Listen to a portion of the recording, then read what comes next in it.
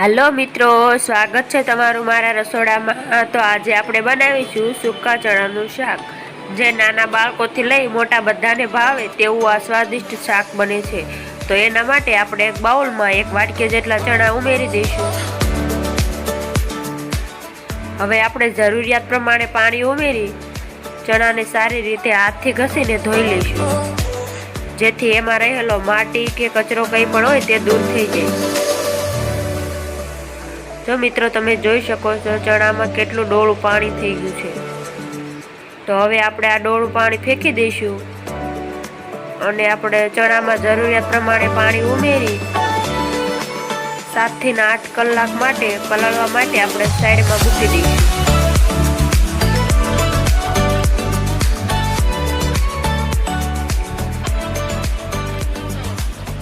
तो 7 થી 8 કલાક પછી આપણા ચણા સરસ રીતે પલળી ગયા છે, તમે જોઈ શકો છો।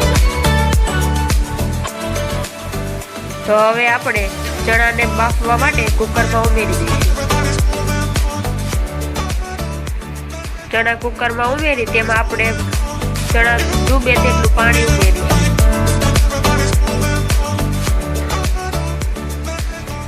પાણી ઉમેરી હવે આપણે તેમાં સ્વાદ પ્રમાણે મીઠું ઉમેરીશું।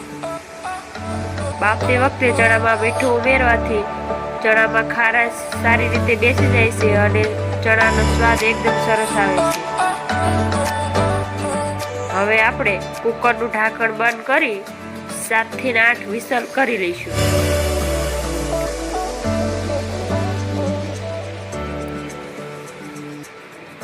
तो 7-8 विसल कर्या पछी आपणा चना एकदम सरस रीते बफाई गया छे। तो આપણે ચણાને વઘાર કરી લઈશું। તો એના માટે એક પેનમાં 3 થી 4 ચમચી જેટલું તેલ લીધું છે। હવે તેમાં આખા મસાલામાં તમાલપત્ર અને તજનો ટુકડો ઉમેરી દીધો છે। હવે તેમાં અડધી ચમચી જેટલું જીરું ઉમેરીશું, અડધી ચમચી જેટલી હિંગ,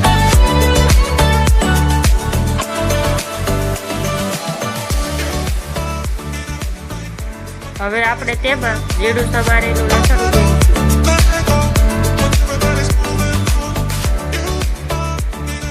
लसण ने सारी रीते तेल में सतळावा दईशुं। गैसनी आंच आपणे एकदम मीडियम राखवानी छे। हवे आपणे तेमां झीणा समारेला मरचा उमेरीशुं।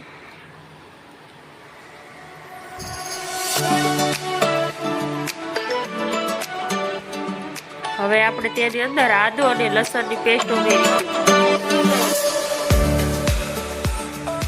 सारी रीते मिक्स करी लईशुं।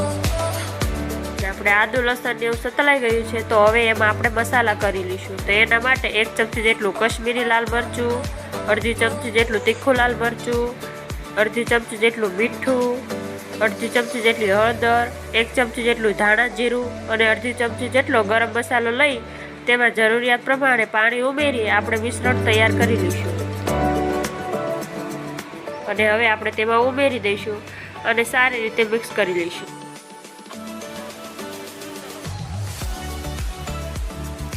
આપણે આ ગ્રેવીમાંથી તેલ છૂટું પડી જાય ત્યાં સુધી ગ્રેવીને સાતળી દઈશું।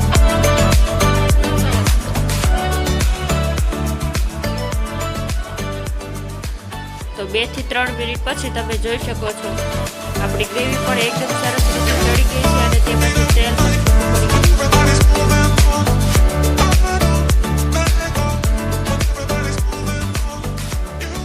તો હવે આપણે તેની અંદર બાફેલા ચણા ઉમેરી દઈશું અને સારી રીતે મિક્સ કરી દઈશું।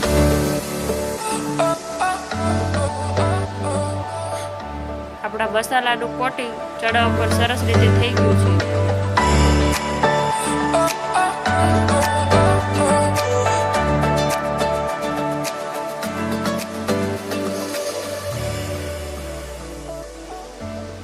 તો હવે આપણે તેની અંદર અડધા લીંબુનો રસ ઉમેરીશું, 1 ચમચી જેટલી ખાંડ ઉમેરીશું અને સારી રીતે મિક્સ કરી લઈશું।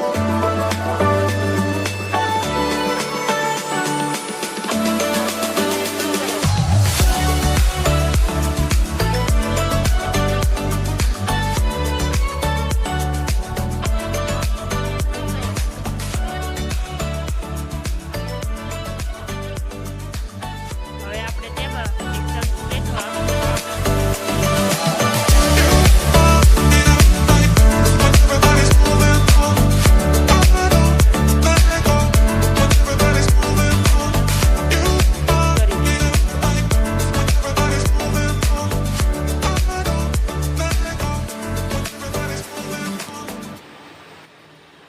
જોતાં જ ખાવાનું મન થઈ જાય એવા આપણા સૂકા ચણાનું શાક બનીને તૈયાર છે।